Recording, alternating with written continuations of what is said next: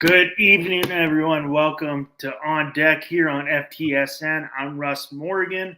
Welcome back, guys. I know I took a couple weeks off. The last we had, it was Christmas, so didn't do that one, and then New Year's kind of fell on both Wednesdays. So I took a couple nice weeks off, had a vacation, went back to California, right right before all the fires. So I got out and Bobby will be happy because my internet's a little better now, and hopefully we won't have any more problems with the internet for this podcast or any other one I do on the network. So knock on wood. Gonna be talking tonight some Dodgers, a little Diamondback baseball, some NL West, some good stuff about the NL West happened on. Obviously, we're gonna kick it off. We've been off for a couple weeks. Acquisitions, obviously, but mainly focusing on the Dodgers, little Diamondbacks, because there was some big news out of the Diamondbacks. Had a big signing a couple weeks ago that I want to get into, get anybody got an opinion on there. But we did have a couple smaller acquisitions in baseball that happened since we were off for a couple weeks. So I want to jump into that right off the bat. Nationals getting the first baseman Nathaniel Lowe from the Rangers. Solid first base option. That's a good piece. Even if the news is very bad, take the British accent.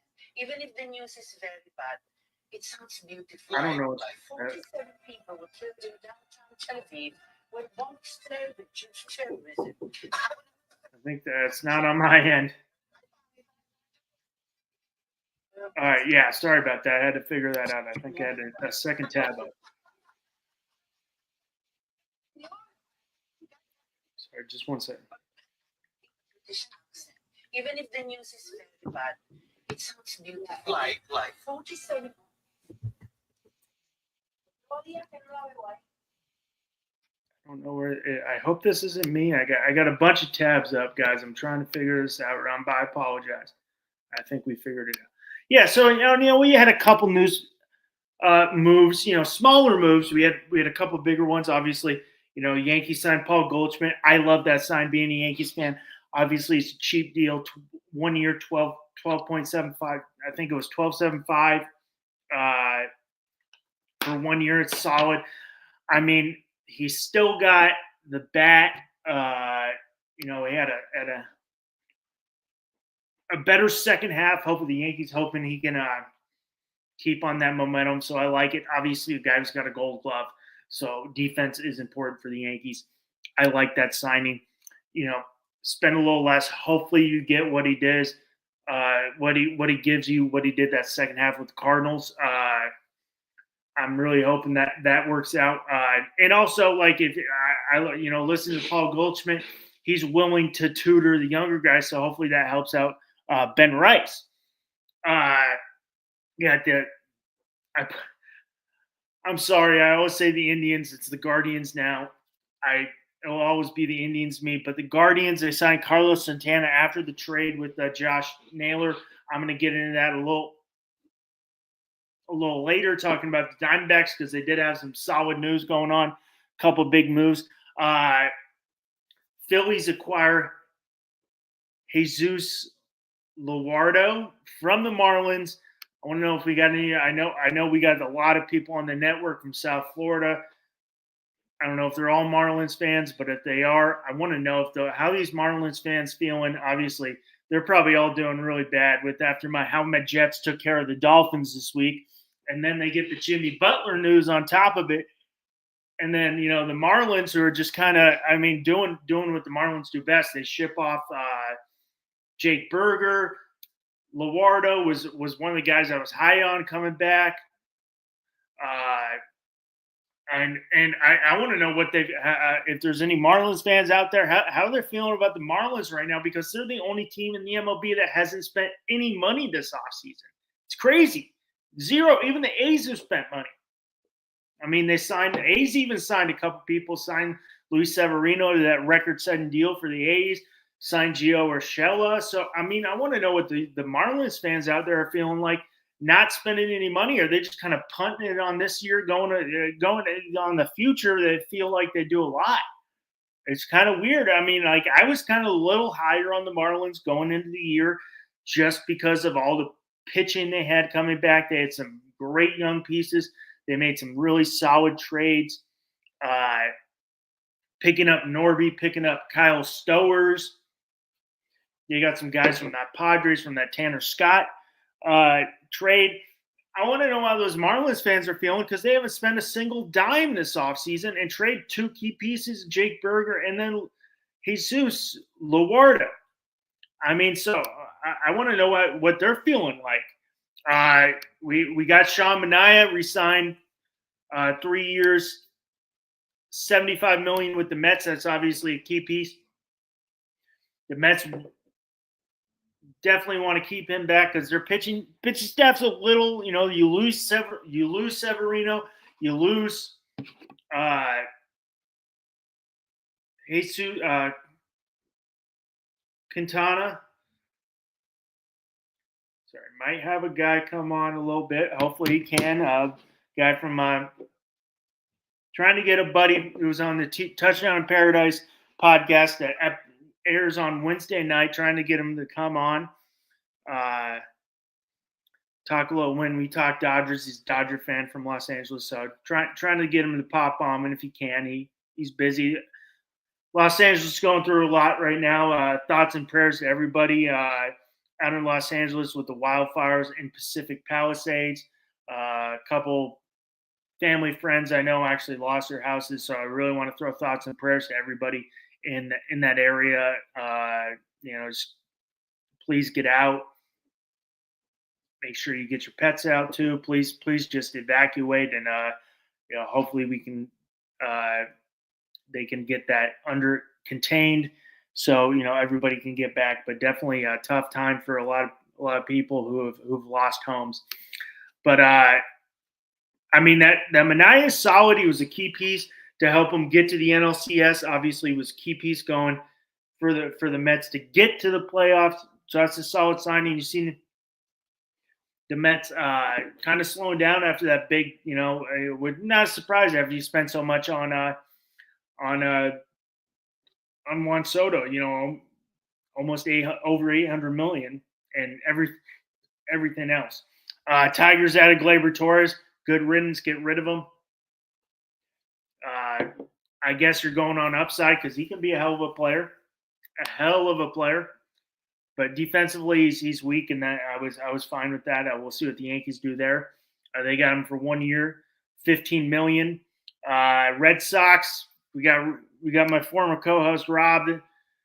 Solid pitching signing there. They get Walker Buehler, 1 year, $21.5 million.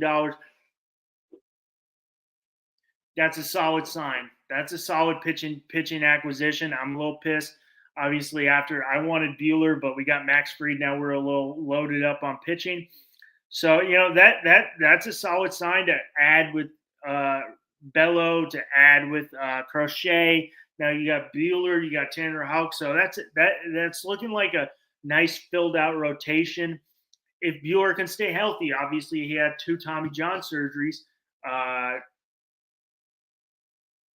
prior to this year, but that guy's an October gamer. So I mean that's a solid sign on their end. Trying to get we had some other more news. Red Sox traded for Gavin Lux next year. They send a minor leaguer and a contemporary Comp A draft pick, which I think it's 37th to the Dodgers. Lux, you're going on upside. Had a solid second half. Has turned it around, but you're really playing on that upside. You're really club control, so it could work out. We never really could find a specific spot with the Dodgers after he tore his ACL. So that's an upside pick. Another guy the Yankees were in on that kind of got scooped. But he's got club control, cheap, and you still got the upside. Nice left-handed bat. Just had some news yesterday. Giants added Justin Verlander, 1 year, $15 million. I mean, that's a good add. you need to add someone with Logan Webb after they lose off of Corbin Burns. What was it? Kyle Harrison, another guy I scouted, solid left-handed young pitcher, De La Salle High School.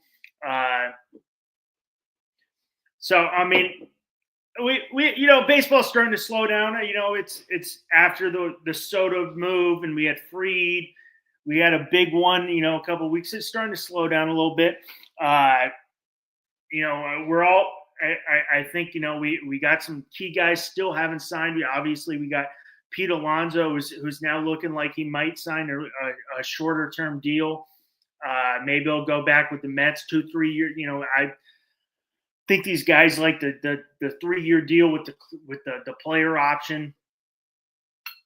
So I could see something like that for Alonso, maybe going back to the Mets, higher, annual, I think it's AAV, the annual value, like the yearly value would be higher, and then he could opt out and try to get free agency. Obviously, we got Santander, Anthony Santander, who's with the Orioles. He's still out there. So we'll see. I've seen some, Blue Jays. Blue Jays have been on a lot of people, and they have not got anybody. So I think the Blue Jays are in on them too. Another signing we had was Charlie Morton, signed with the Orioles. I'm really confused what the Orioles are doing.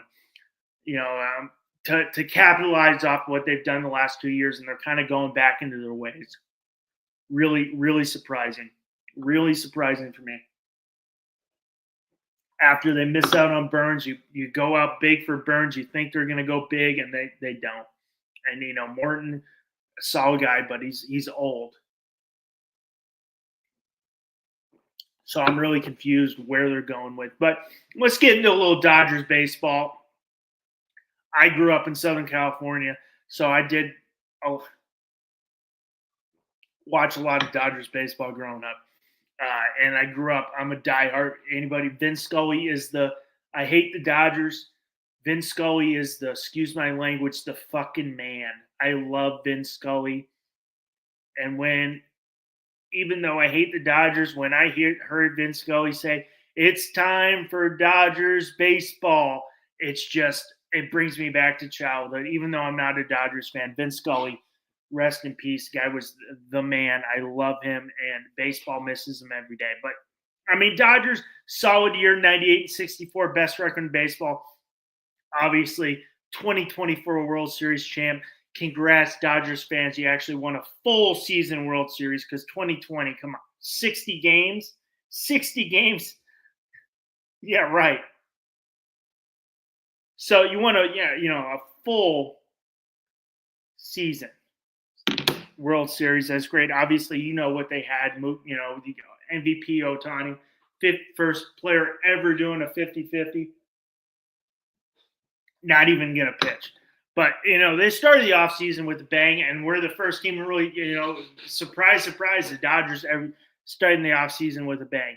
They signed Blake Snell, 5 years, 182, former Cy Young guy, just adding to the rotation. Solid signing, and a West Coast guy. So he's definitely going to, slot right in there behind. We'll see. I'm going to talk some more about that rotation. We'll see where he slots, but on paper, that rotation looks nasty. The 1 through 4 looks nasty. They signed Michael Conforto, 1 year, $17 million. Just strengthens that outfield. I think it gives them a little flexibility where Conforto can play. He can play right field. He can play center field if he's needed. They can move Mookie Betts around. Do they want to make Mookie Betts a shortstop? The word is they want to move Mookie Betts to shortstop, and we'll see what happens there. So I think that's a solid signing. Gives them a little outfield depth. You re-signed Tommy Edman, who was a playoff hero, and a guy they got at the deadline who wasn't even active on the roster when he got him on the deadline. They got him to 5 years, $74 million. If you were watching the World Series, which was very painful for me because the Yankees played like absolute dog shit. Defense.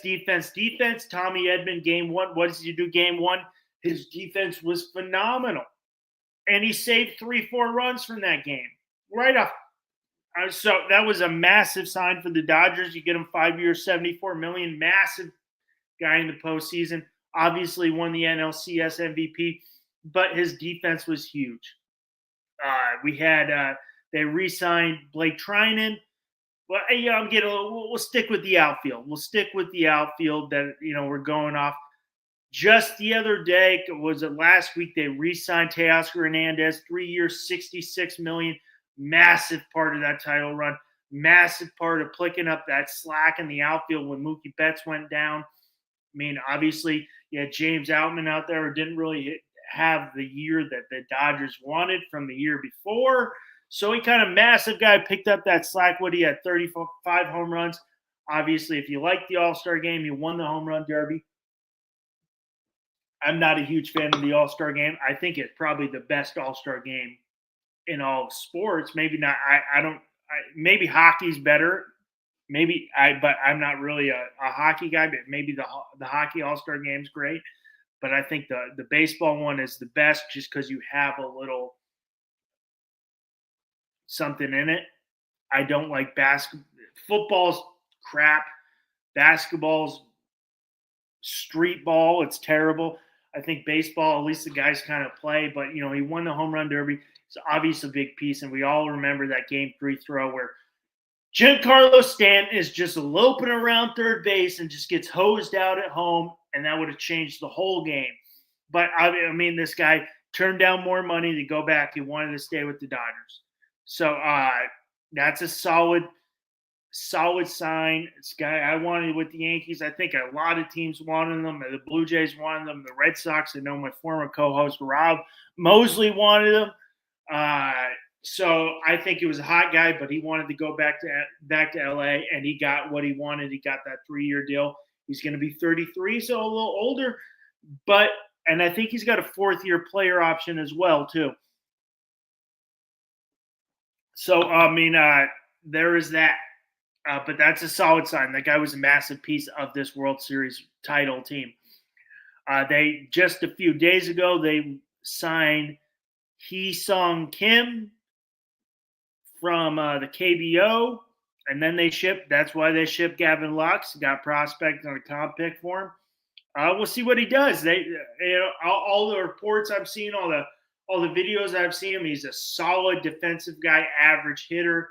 A little pop. We'll see how his game translates to Major League Baseball, because if you know anything about baseball outside of the MLB, the KBO is not the NPB, which is the Nippon Professional Baseball League in Japan, which is NPB is more similar to AAA and starting to get closer to similar to the MLB. Now a little farther down. KBO would mean more AA and below, where the Chinese Baseball League is down there. I don't know what they call that one. And Australian Baseball League would be more similar to single A, but it's more similar to AA. So we'll see how his game translates right off the bat.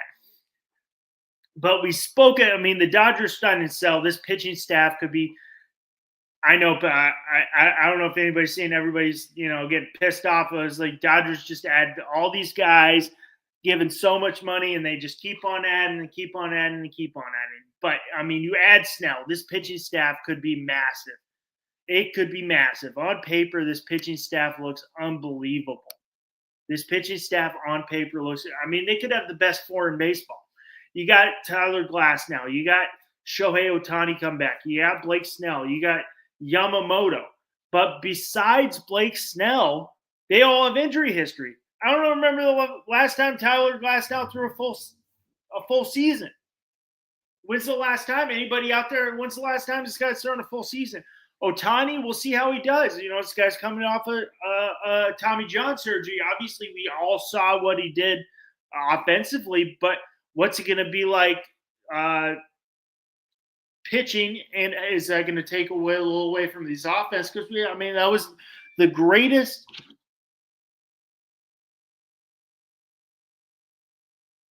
offensive season we have ever seen.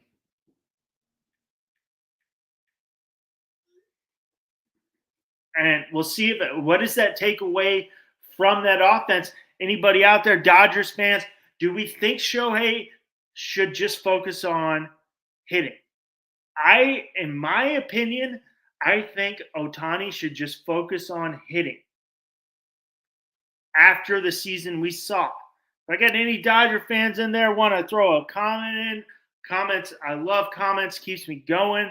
I always love communicating with my viewers. I think he should just focus on hitting. And we saw the best offensive performance in baseball history. 50-50. And he was still, he ended up with like 56 stolen bases and like 53 home runs. I don't know. I can't remember the exact numbers. I know we're kind of in the off season, but I mean, is that going to take away Glasnow's injury history? Yamamoto has, first year in the league has his injury history. Snell's the only real guy who doesn't have much injury history that we overall in his career. We saw he got a little hurt in the first year. I think that's more off of him waiting so long to sign and getting so late into spring training that kind of made that injuries happen. Pitchers are creatures of habit. They're weird people. They're creatures of habit. Pitchers are weird, and they need that build-up time.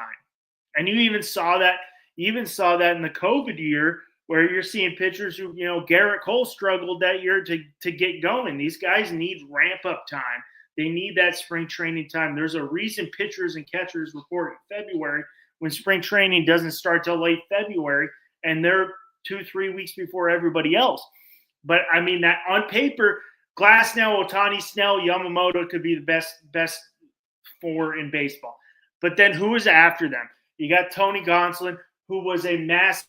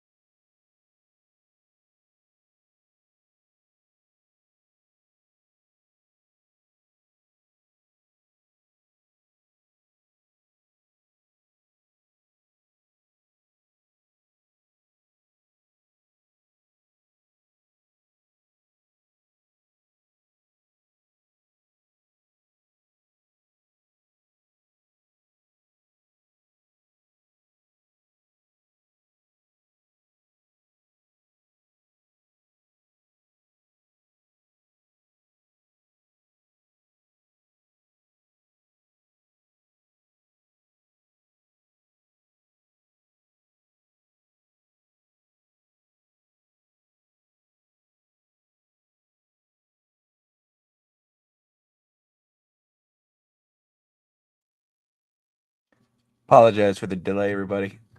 Russ Morgan will be right back. Seems to have a technical issue. We'll wait for him to come back and continue talking Major League Baseball, Diamondbacks acquiring Grae Kissinger from the Astros, and of course talk some LA Dodgers.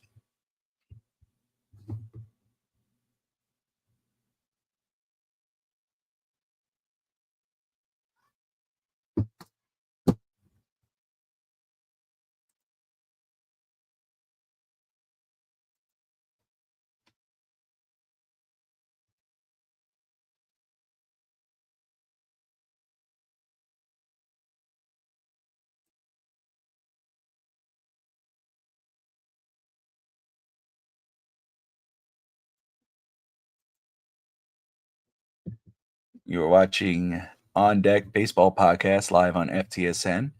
Russ Morgan currently having some technical issues with his computer. I just moved into a new residence, so that's probably what occurred. He should return shortly and continue discussing the latest breaking news and current events in Major League Baseball. Verlander, 3-time Cy Young winner, agrees to a 1-year deal with the Giants. And Russ Morgan is back, so we will bring him in. And this is Russ. Let's see. And Bobby, I'm sorry about that. I gotta take my computer in. Oh, it's all good, man. It's good. You're still live. Yeah, still I just I don't know what's going on. I got to take my computer into the Apple store, just kind of middle of everything, and then all of a sudden it just went all black on me. No worries, man.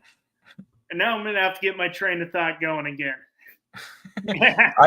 I just brought up. I don't know where you left off. I'm fixing up, like I said, but I was just bringing up the Verlander signing with the Giants. So I don't know if you've started that or not, or where. Oh yeah, no. What that I appreciate it. Thanks. All right, brother. Yeah.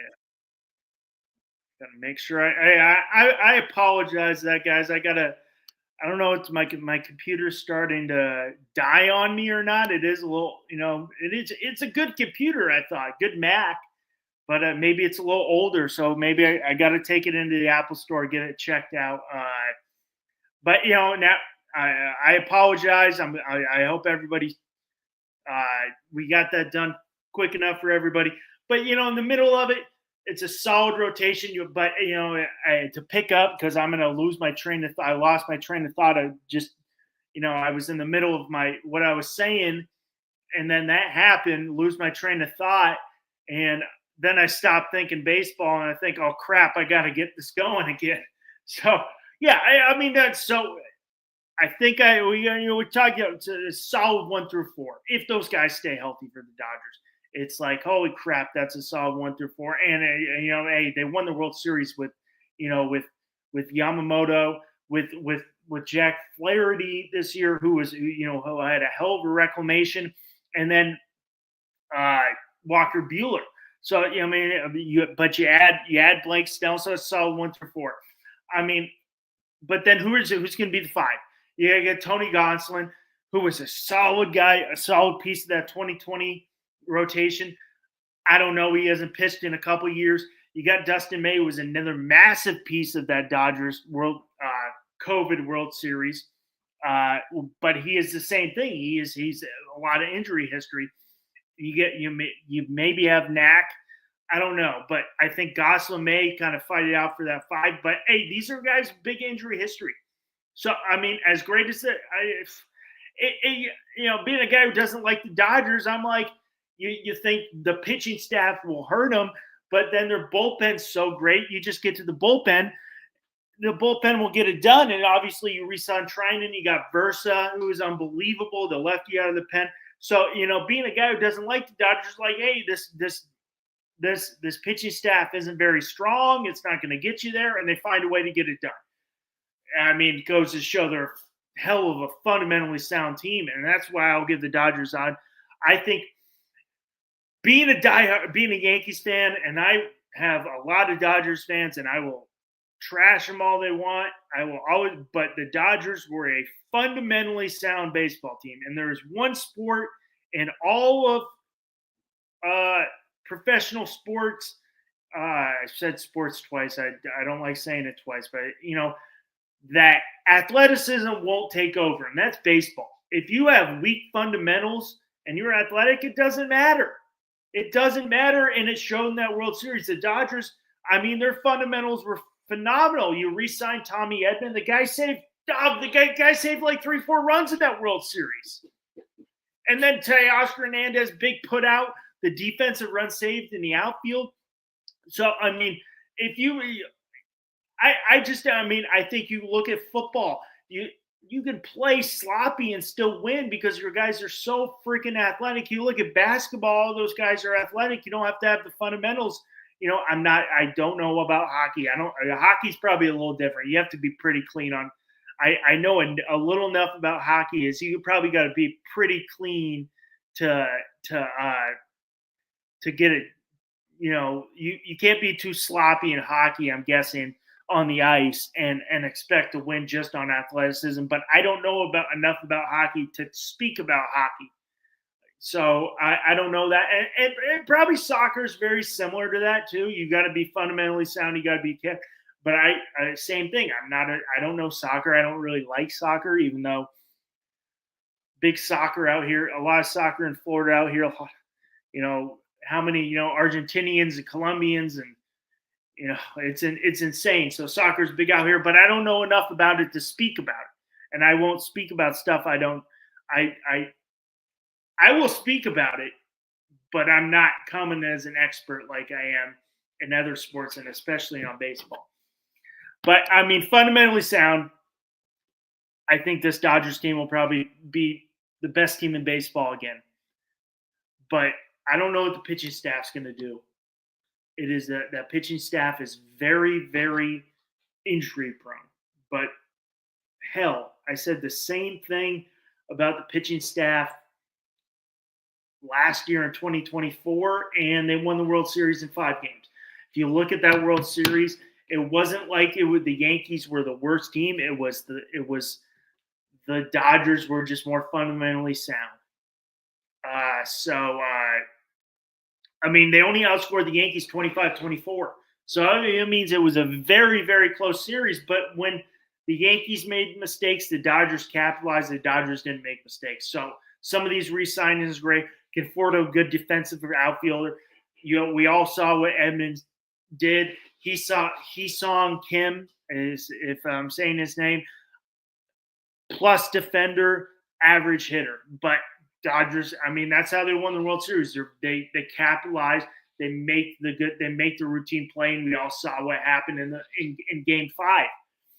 Obviously, we have the Judge drop that you'll never see ever again. You have the error on Volpe, which was just like, oh shit, the guy's almost there. I got to get rid of it. And then you don't have Judge covering first base on something you've been learning your whole life as a pitcher, PFPs, and then you even go back to the 8th inning when Trinet was pitching, and Soto comes in, grounds it, 3-4 hole, solid play by Freeman because he's another great defensive first baseman. Just added on, and what's Trinet doing? He's busting his ass to get to first base so they don't start getting runners because it's still a close game. So that was the difference. That was the difference between the Dodgers and the Yankees. Fundamentally sound team. So I still think they'll probably be the best team in baseball. And even though my opinion going into last year was, hey, this pitching staff could be really good. And then middle of the year, I'm like, hey, I don't know. The pitching staff's looking bad. Then they prove me wrong and win it all. And the same thing with this year. I'm like, hey, on paper, this pitching staff could be the best pitching staff in baseball. But they're injury prone. But they'll probably find a way to be one of the best teams in the NL again. So just get used to that. The Dodgers are here to stay. We obviously had some big signing. We also had the big signing. Arizona Diamondbacks go back at the Dodgers. Had to do something. What do?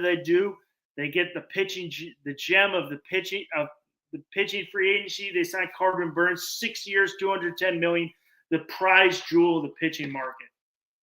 So that was a solid signing. Obviously, they had a down year after that World Series run they did. They still got some really good young pieces. A solid outfielder guy I love, Corbin Carroll. Saw him when he was going into his senior year at the area code games. Great player. I really want to see what the Diamondbacks do with Jordan Lawler. But, I mean, Burnes, obviously, I was surprised. I thought Burnes was going back. I thought he was going to be, hey, maybe Boston, maybe Blue Jays, maybe he goes back to the Orioles. And I was surprised, definitely surprised the Orioles didn't put in a bid. 6 years, 210, high annual value. I think he's making like $35 a year. That's why it was so high. But, I mean, that's a solid guy. I think the West is going to be really solid this year. I think that pitching staff, what are you going to do to capitalize, try to limit the Dodgers' pitching staff? And that's what the Diamondbacks are doing. They're going to try to have a bounce back year. Added Corbin Burnes, Zach Gallen, Mitch Kelly, and then was it Braddock? So that's a solid sign. Jordan Montgomery might be a trade bait guy, who was a huge signing during the offseason too. But that NL West is going to be really, really competitive, minus the Rockies. I mean, the Dodgers are always great. Feel like since 2016, the Dodgers have always been great. Diamondbacks going to have a bounce back year, in my opinion. Padres are going to be great. Giants doing some things, but I'm hoping we get some signings. And wrap it up. Please remember, like, comment, subscribe. I'm hoping we get some signings. We should get the Sasaki news here anytime. A lot of teams are in on Sasaki. All my reports I'm seeing is the Dodgers, but who knows? They're saying a lot of teams had some good meetings, but that's the prize jewel right now, the Sasaki, because he is 23 and you can get him for less money than a guy who's going to come over. So I'm hearing we're going to get him. I'm wondering what we're going to do, where Pete Alonso is going to fall. I think he goes back to the Mets, Santander, but every time for me, speaking of the Dodgers, I think these Dodgers, it's going to be done. They can't spend anymore. They just keep on adding. They keep on finding a way to find money. And how many of these guys, I mean, they got billions of dollars, like $1 billion deferred money. It's insane. But the West is going to be solid. Get ready for that Sasaki news soon, which will be exciting. Hope he doesn't go to the Dodgers, because that would just be another knife to the heart if he goes to the Dodgers. Pete Alonso, I think he's a short-term deal. Santander. But, hey, guys, baseball's right around the corner. We only got like 90 days. Pitchers and catchers report next month. Spring training right around the corner. So baseball's right around the corner. Right around the corner. And I'm stoked for it. I think the Yankees got better. Dodgers, I don't know how you get better from last year's team, but they still find a way to get better. But I'm stoked. Baseball around the corner. You can start smelling it. We're here in January 8th, ready to go. You can start smelling it. Baseball around the corner. I love it. I've said that too many times, but spring training is right here. I'm going to try now. I'm in Florida to get out a lot of games, a lot of spring training games. We got a couple around here. But I want to thank everybody who tuned in tonight. Please remember, like, comment, subscribe. This is On Deck here on FTSN. You guys have a great night.